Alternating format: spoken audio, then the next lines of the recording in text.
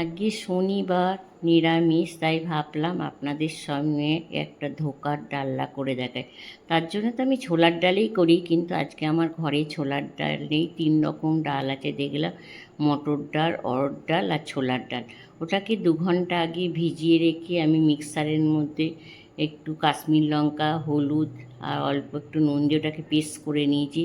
তারপর কড়ার মধ্যে একটু তেল দিয়ে মৌরি দিয়েছি। মৌরি দেওয়ার পর এতেও একটুখানি লবণ আর চিনি দিয়েছি। চিনি দেওয়ার পর ওটাকে ভালো করে কষিয়ে আর থালার মধ্যে একটু তেল দিয়ে তারপরে খুন্তির সাহায্যে তারপরে হাত দিয়ে ভালো করে চেপে নেব। চাপা হয়ে গেলে একটু ঠান্ডা হয়ে গেলে আমি ছুরির সাহায্যে ওটা বরপি বরপি করে কেটে নেব। বরপি কেটে একটা পাত্রের মধ্যে রাখবো। আর এদিকে আমি 2 রকম মশলা করব। 2 রকম মশলা মানে একটাই আমি কাজু আর কাজু দেবো আর চালমগজ দেবো, আদা দেবো, টমেটম, কাঁচা লঙ্কা, আর ওটা পেস্ট করব।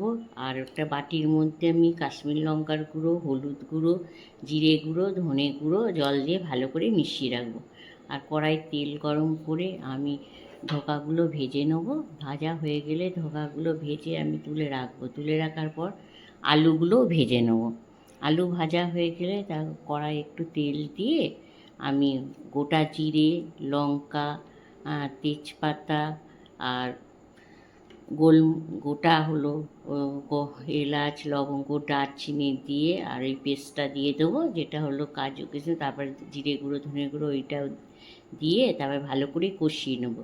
কষিয়ে তেল ছেড়ে গেলে আলুগুলো দিয়ে দেবো। আলুগুলো কষানোর পর গরম জল দিয়ে দেবো। একটু গরম জল দিয়ে আমি চাপা দিয়ে রেখে দেবো। নুনটাও দিয়ে খানিকক্ষণ চাপা দিয়ে আলু যখন গলে যাবে তখন আমি আর কি ধোকাগুলো দিয়ে দেবো। দেওয়ার পরে ঘি, গরম মশলা দেবো। আপনারা এগুলো রুটির সঙ্গেও খেতে পারেন, লুচির সঙ্গে। আমি যেহেতু ভাতের সঙ্গেও একটু রস রস রেখেছি। আপনাদের যদি ভালো লাগে লাইক, কমেন্ট, শেয়ার করবেন।